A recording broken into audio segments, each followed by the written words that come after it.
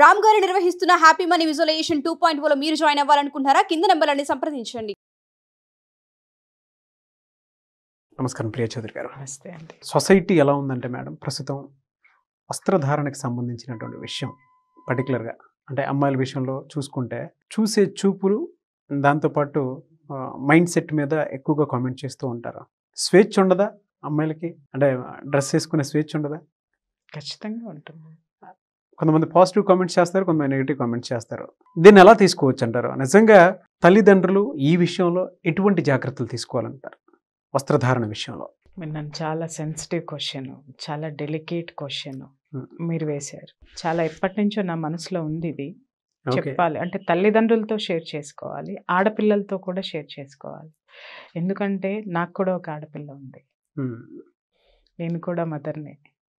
But నేను చాలా issues నేను షేర్ చేసుకోవాలి అని అంటే నాకు ధైర్యం లేదు. ధైర్యం ఎక్కడ లేదంటే మీడియా ముందు చెప్పడానికి చాలా ధైర్యం ఉంది.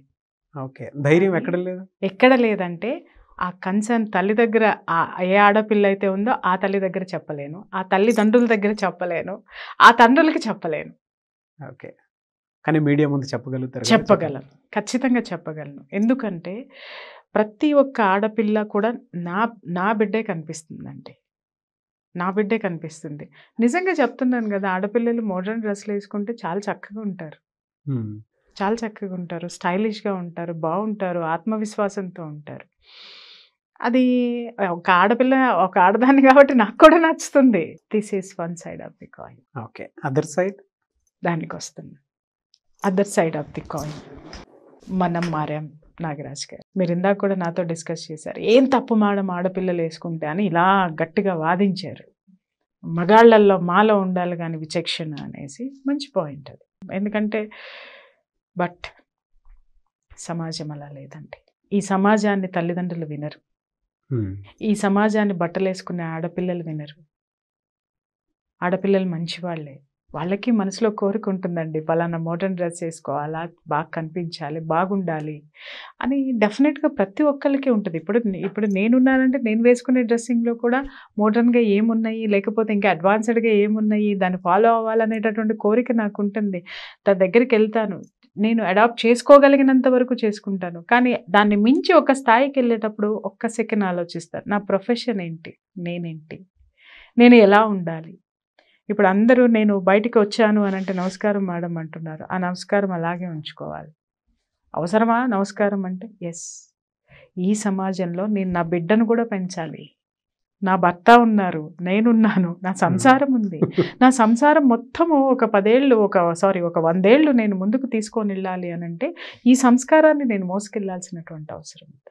అయితే ఇక్కడ ఏం జరుగుతుందంటే, మీరు అడిగారు మేడం దీని మీద ఎందుకు ఇన్ని కామెంట్స్ వస్తాయి, ఏమొస్తాయి అని అంటే, నేను క్లియర్గా చెప్తున్నాను, ఏ ఒక్కరైనా సరే నాతో విభేదిస్తారేమో నేను చెప్పలేను. కానీ ఒక ఆడపిల్ల బట్టలు వేసుకొని వెళ్తున్నప్పుడు వివిధ రకాలు ఉంటాయండి, డిఫరెంట్గా. జీన్స్ అందరు వేసుకుంటారు, టీషర్ట్ అందరు వేసుకుంటారు, బ్లేజర్ అందరు వేసుకుంటారు, ఇట్లా మోడ్రన్ అందరు వేసుకుంటారు. మీరు చూడండి, ఒక ప్రొఫెషన్లో ఉన్నప్పుడు కొంతమంది స్త్రీలను చూడండి, ఒకటే డ్రెస్, కొన్ని డ్రెస్సెస్ ఉంటాయి, వాళ్ళు సాఫ్ట్వేర్ ఎంప్లాయీస్ కానివ్వండి, కొంతమంది వేసుకునే వెస్ట్రన్ డ్రెస్సెస్ ఉంటాయి. వాళ్ళు వేసుకునేటప్పుడు కొంతమందిలో హుందాతనం కొట్టొచ్చినట్టు కనిపిస్తుంది. చాలా అసలు ఏమనిపిస్తుంది అంటే, నేను కూడా ఆ డ్రెస్ వేసుకుందామా అన్నంత హుందాతనంతో ఉంటారు వాళ్ళు ఆ డ్రెస్ తోటి. అదే డ్రెస్ ఇంకొకరు వేసుకుంటారు, బట్ వాళ్ళని చూస్తే ఈ హుందాతనం అక్కడ కనపడదండి. ఒక being a women, being a lady, ఒక ఆడదాని మనస్తత్వంతో నేను చెప్తున్నాను, ఉండదు. ఎందుకు ఉండదు మేడం? అదే డ్రెస్ కదా, డ్రెస్ అదే, but the way we maintain that is different. అట్లా ఎలా అయితే భిన్నమైనటువంటి ఆలోచన దృక్పథం మనకి ఏర్పడుతుందో వాళ్ళని చూడంగానే ఇమ్మీడియట్గా ఆపోజిట్ జెండర్లో ఏమొస్తుందండి, వేరియేషన్. మనకే వేరియేషన్ కనిపించినప్పుడు ఇంక వాళ్ళకి ఎన్ని వేరియేషన్స్ ఎత్తుక్కుంటారు వాళ్ళు. నేను నిజంగా కొంతమంది పిల్లల్ని చూసి నా చాలా క్లోజ్ ఫ్రెండ్స్ పిల్లలు అనమాట, చాలా అల్ట్రా మోడర్న్ అసలు వాళ్ళు. అసలు ఎంత అల్ట్రా మోడర్న్ అంటే ఈ చెప్పకూడదు, నేను ఒక విధంగా చెప్పాలంటే హైఫై కల్చర్ అనమాట. పబ్బులు, క్లబ్బులు ఇవి అన్నీ ఉంటాయి. నేనేమంటానంటే ఎవరి జీవితం వాళ్ళది. దాన్ని ఎవరు కూడా మీరు ఇలా ఉండాలి, ఇలా ఉండండి అని మనకి ఏ విధమైనటువంటి రైట్ లేదండి. శాసించే రైట్ లేదు, మనం కూర్చోబెట్టి శుద్ధులు చెప్పేటటువంటి రైట్ కూడా మనకి లేదు. కానీ బట్ ఆ పిల్లల గురించి వచ్చే కామెంట్స్ అలాంటి వాళ్ళని వింటుంటే వచ్చే బాధని మాత్రం నేను ఇక్కడ షేర్ చేసుకుంటాను. షూర్. ఆ పిల్లలు ఆ నైట్ టైము ఆ పేరెంట్స్ వితౌట్ పేరెంట్స్ ఏ క్లబ్బులకి పబ్బులకి వెళ్ళేటప్పుడు వీళ్ళు వేసుకున్న ద వే దే డ్రెస్ అది ఏదైతే ఉంటుందో, పొద్దున్న లెగిస్తే ఆడపిల్లని బంగారు తల్లి, చిట్టి తల్లి అని పలకరించే పక్కింటి అంకులు, అన్న అన్న అని ఈ పిల్ల ఎవరినైతే పిలుస్తుందో ఒక అన్న, తాతగారు మీరు బాగున్నారా, ఎలా ఉన్నారా, చిట్టల్లి బ్రహ్మాండంగా ఉన్నాను రా, ఎక్కడికి వెళ్తున్నావు అని పగలపూట చాలా ఆప్యాయంగా పలకరించేటటువంటి తాత వయసు ఉన్నటువంటి వ్యక్తి. అమ్మమ్మ ఇవాళ ఏం కూర, నీకోసమే వండానే తినెళ్దురా అనేటటువంటి అమ్మమ్మ, hey you are looking so very pretty అని పొగిడేటటువంటి ఆంటీ. వీళ్ళందరి దృక్పథము one side of the coin ఇంత అందంగా ఉంటే other side of the coin వచ్చేసరికి ఇదే ఆంటీ ఆ పిల్లని ఆ డ్రెస్లో చూసిందంటే గబగబగబూ పరిగెట్టేస్తుంది 4 ఏళ్ళకి. అవునండి, ఇది జరుగుతుందండి. 4 ఏళ్ళకి పరిగెట్టేస్తుంది. బుద్ధుందా అమ్మ? ఏం తింటుంది నోటికి? బాబుకి బుద్ధి లేదా? ఆ పిల్లకి ఆ గుడ్డలేసా తిప్పేది? చూసినావా రాత్రి ఎట్లా వేసుకుని వెళ్ళిందో? 4 పోరగాళ్ళని తీసుకొని పోయింది. అవ్వా అని మొదలు పెడితే ఆ వినేటటువంటి వాళ్ళు ఇంకొక 4 వాళ్ళు చూస్తారో తెలియదు, చూడరో తెలియదు, ఏమవుతుందో తెలియదు, వాళ్ళు ఇంకొక 4 మాట్లాడతారు. ఎవరి గురించి మాట్లాడుతున్నారు? మన పిల్ల గురించి. సరే ఇవి తీసేయండి, ఇవి అంత బాధ పెట్టేవి కాదు, మనం పట్టించుకోవాల్సి.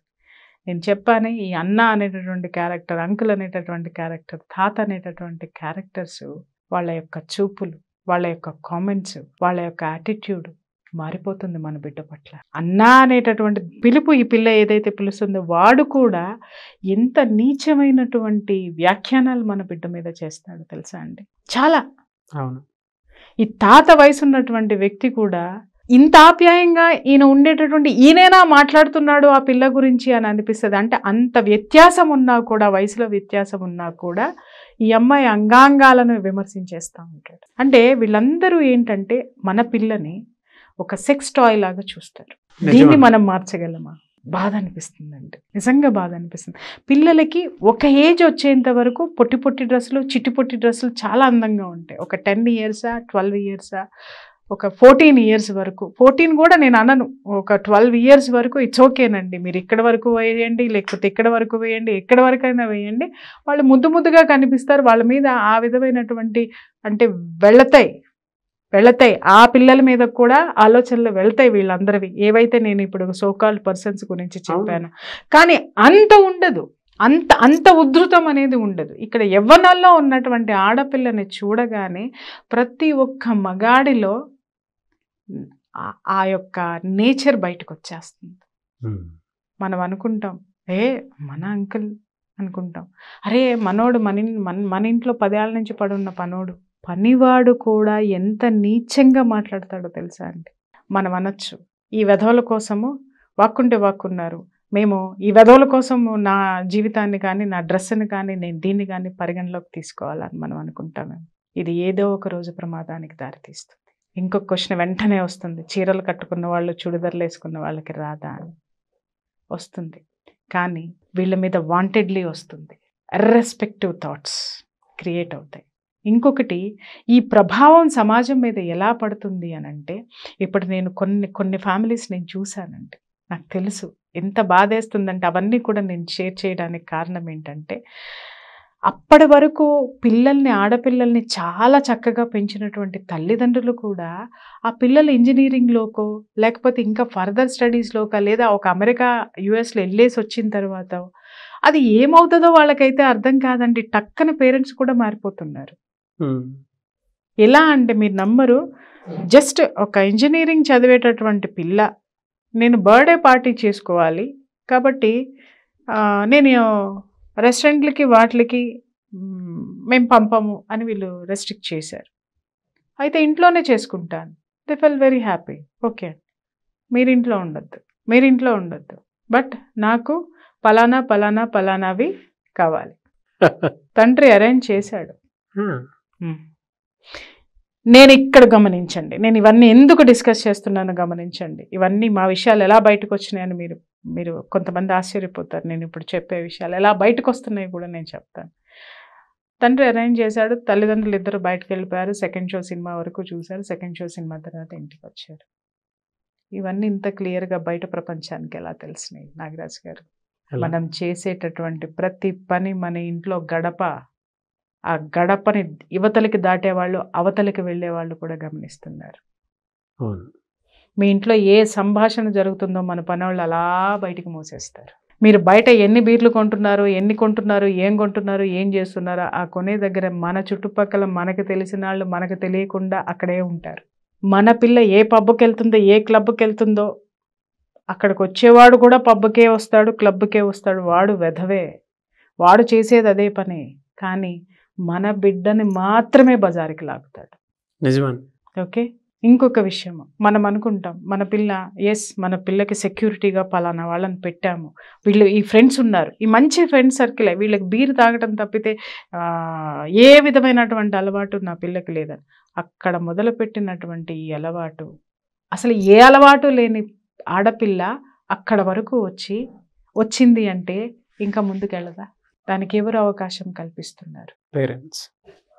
ఇంకొకటి బాధ ఎక్కడేస్తుంది అంటేనమ్మా, ఎవరైనా సరే ఈ బట్టలు వేసుకోవడం నిజంగా నేను ఎంకరేజ్ చేస్తాను, అది కొంతవరకు మాత్రమే. మితిమీరి గనక ఏదైతే జరుగుతుందో, మన బిడ్డను ఒక్కొక్కడు ఎలాంటి ఆకలి చూపులతో చూస్తున్నాడో మీకు తెలుసా?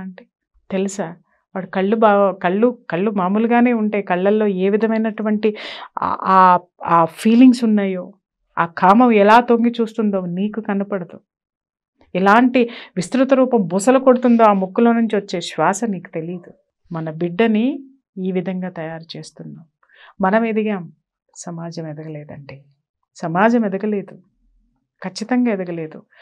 చాలామంది ఆడపిల్లలు నన్ను క్వశ్చన్ చేశారు. ఏమనంటే, అంటే నాకు కొంచెం ఇబ్బందిగా అనిపించింది దానికి ఆడపిల్లలకి చెప్పి, ఏంటి నాన్న కొద్దిగా ఇది ఎందుకో ఇది ఏంటి అని అంటే, ఆంటీ మీరు కట్టుకున్న చీరలో సెక్సీనెస్ లేదా? మొత్తం అన్నీ కనిపిస్తున్నాయి కదా.